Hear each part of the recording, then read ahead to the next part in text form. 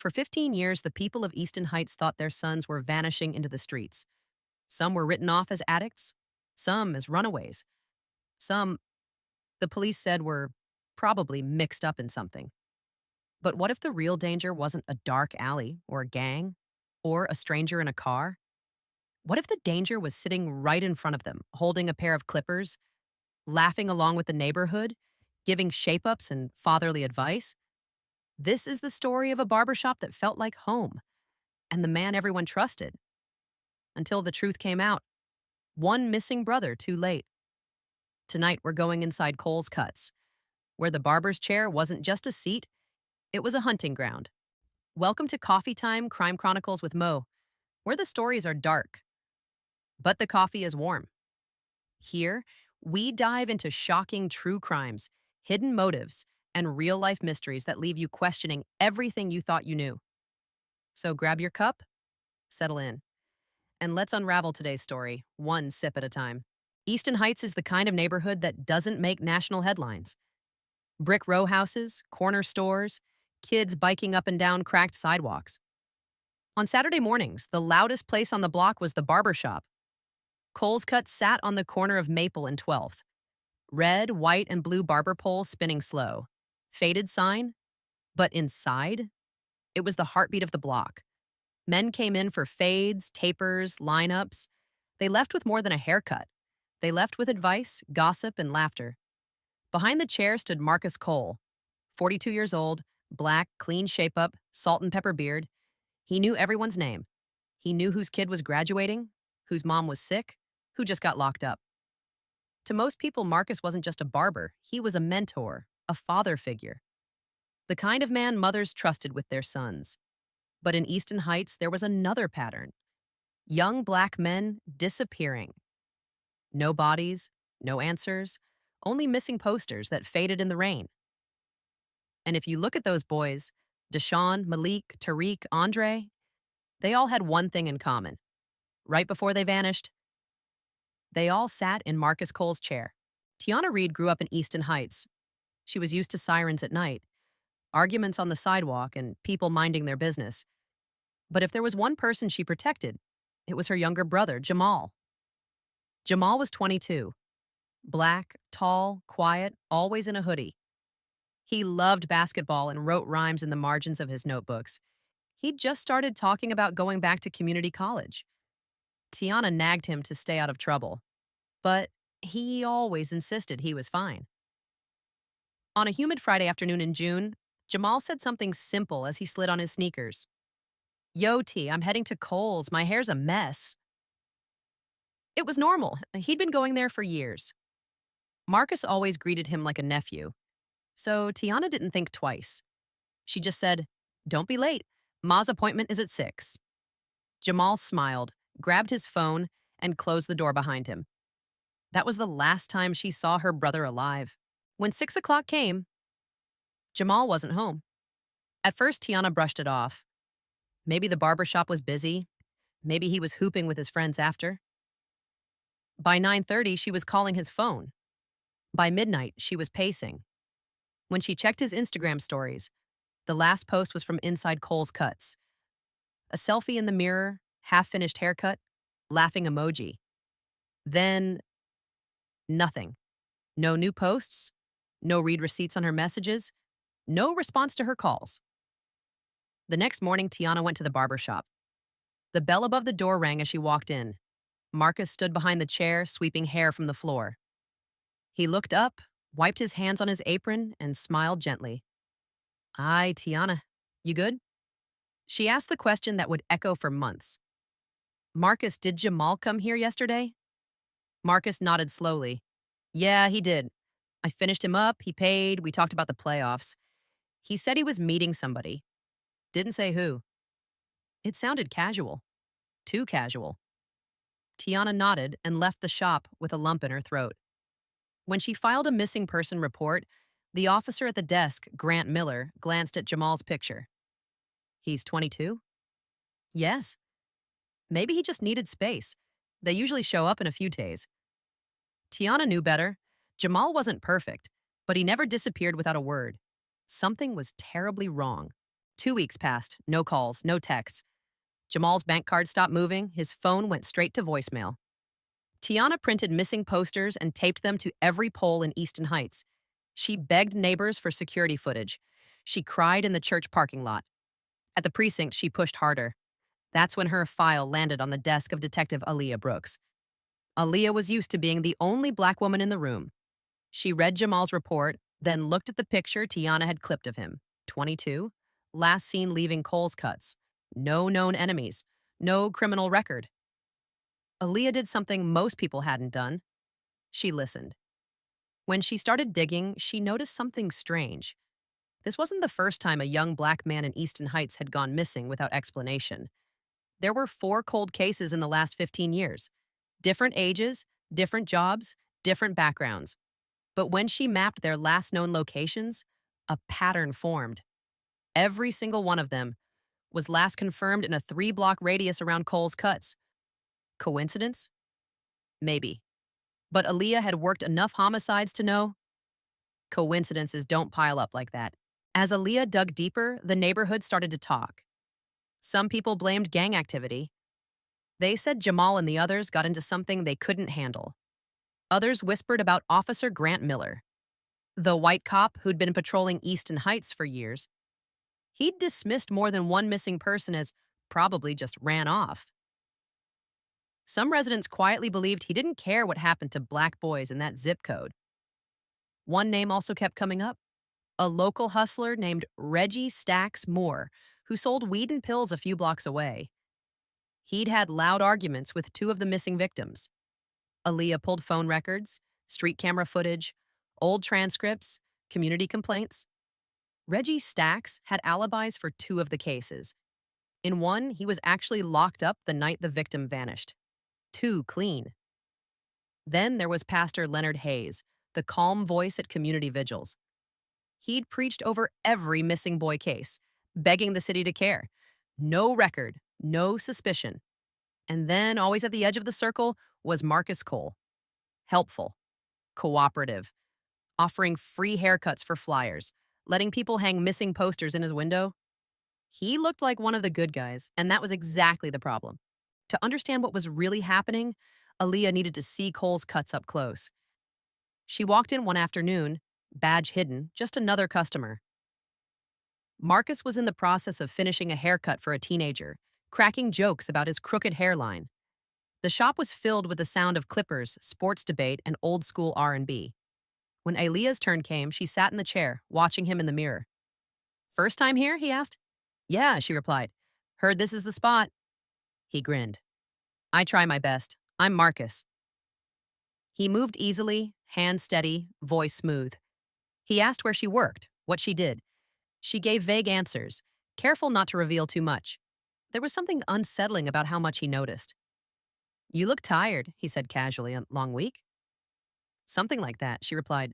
She asked about the missing boys, to test him. "Scary, isn't it?" Marcus said, shaking his head. "Kids these days, they get caught up in all sorts of mess. I tell them to keep their heads straight, but they don't always listen." He said it with the sigh of a tired uncle. Concerned, frustrated. If he was lying, he'd had years to practice. But Aaliyah noticed something small. When she said Jamal's name, Marcus's eyes moved, just a fraction, toward the back room door. It was quick, barely there. For most people, easy to miss. For a seasoned detective, it was a tiny crack in a calm mask. Every barbershop has a back room, where they keep extra chairs, old posters, cleaning supplies, sometimes secrets. Aaliyah needed a reason to see it. The next week, she returned to the shop, this time with official backup nearby. She flashed her badge. "Detective Aaliyah Brooks, Easton Heights Unit. I'd like to ask you a few questions about one of your clients. Jamal Reed." The shop went silent. Clippers clicked off. All eyes turned to Marcus. He raised his hand slightly, more surprised than offended. "Of course, Detective. Anything I can do." She asked routine questions. What time did Jamal leave? Who else was in the shop? Did he seem upset? Angry? Scared? Marcus answered smoothly, repeating the same story. Jamal left laughing, said he was meeting somebody. Then came the moment. Mind if I look around, Mr. Cole? Aaliyah asked. Just procedure. Marcus hesitated for half a breath, then smiled, stepping aside. Go ahead. I got nothing to hide. She walked the shop, took photos, opened drawers. One of the officers casually tested the handle of the back room door. Locked. Key? Aaliyah asked. Marcus reached into his pocket, pulled out a key ring. That's when Aaliyah noticed his hand. It trembled for just 1 second. Before he steadied it, the officer unlocked the back room. Inside, it looked normal. Shelves, cleaning supplies, boxes of capes and razor blades, a mini fridge. But Aaliyah felt it in her gut. Something's here. She stared at the ceiling, cheap tiles, slightly discolored. Do you mind if we step outside for a moment, Mr. Cole? She asked. Marcus frowned, confused but agreed. Once he was out, she quietly called for a warrant. Because if her instincts were right, the truth was above their heads. Hours later, with a signed warrant in her hand, Aaliyah returned. This time, there was no small talk. Officers in uniforms cleared the shop. Yellow tape went up. Marcus watched from outside, jaw tight, as officers moved in with ladders and flashlights. In the back room, they removed the first ceiling tile. Dust rained down. A dead roach fell to the floor. Nothing. They moved to the next tile. And the next. On the fourth tile, an officer stopped. Detective, you're going to want to see this. Inside the dark space above the ceiling, wrapped in plastic grocery bags, were several small boxes and Ziploc bags. Each one had a name, written in black marker. Deshaun, Malik, Tariq, Andre, Jamal. Aaliyah's blood ran cold. Inside, they found Polaroid photos of young black men in the barber chair, some with eyes closed, some clearly unconscious. A folded receipt with a date each one disappeared. A few personal items, bracelets, a broken watch, a keychain, and, in one bag, a small lock of hair. Trophies. For 15 years, the ceiling of Cole's Cuts had been a hidden graveyard of memories. Proof that these boys weren't runaways. They were targets. And the hunter had been standing behind them, shaping up their hair the whole time. At the precinct, Marcus sat alone in the interrogation room. No music, no clippers, no laughter, just the hum of the fluorescent lights. Detective Aaliyah Brooks laid the photos on the table one by one. Deshaun, Malik, Tariq, Andre, Jamal. You kept something from each one of them. Marcus stared at the photos, jaw clenched. You got this all wrong, he said quietly. People leave stuff behind all the time. You ever worked in a shop? They forget things. I just kept them. Aaliyah didn't respond. Instead, she slid another photo across the table. It was a Polaroid of Jamal. Slumped in the barber chair, eyes half shut, cape still around his neck. Was he just tired, Marcus? She asked. He swallowed. She pressed on. 15 years. Same pattern. Young black men, all gone after visiting your shop. You gave them a drink, didn't you? You waited till closing, didn't you? You offered them rides, just being helpful. He shook his head, eyes shining. You think I don't care about this neighborhood? I've been here longer than you've had that badge. That's the problem, Aaliyah replied softly. Everyone trusted you. When she mentioned Jamal's sister, Tiana, something flickered across his face. Regret? Annoyance? Fear? The mask was starting to slip. Interrogations aren't about yelling, they're about silence. Hours passed. Coffee went cold. The clock ticked. Finally, Aaliyah changed her approach. She turned off the recorder, sat back, folded her hands. Marcus, I don't think you woke up one day and decided to do this, she said quietly. I think something in you snapped. I think you started small. Maybe one night, one kid. And then you got away with it. And it got easier. He let out a bitter laugh. Easier, he repeated. You think any of this was easy? He stared at the wall. You know what it's like, he said low. Watching boys throw their lives away? I cut their hair. I hear them talk. I'm gonna get this money. I'm caring tonight. I ain't scared of jail. They come in here with no fathers, no guidance. I tried to talk to him. They laughed in my face. Aaliyah stayed quiet. Let him keep talking. First one, Deshaun. He came in high, talking about robbing some old man. He laughed about beating him up. I told him to leave that life alone. He called me old head and told me to shut up. Marcus's eyes went distant. I don't know what happened. I was angry. I gave him something to calm him down. He didn't wake up. I panicked. Then I realized nobody was really going to look for him too hard. He shrugged, eyes hollow. After that, I started thinking maybe I was doing the neighborhood a favor, getting rid of the bad seeds, the ones headed nowhere. Aaliyah leaned forward. Jamal wasn't a bad seed. None of them deserved to die. You're not a savior, Marcus. You're a serial killer who hid behind a cape and clippers. He didn't argue. He just stared at his hands, the same hands that had cut hair, patted shoulders, and ended lives. The recorder clicked back on. What you just said, Aaliyah said calmly. I'm going to need you to repeat that for the record. And he did.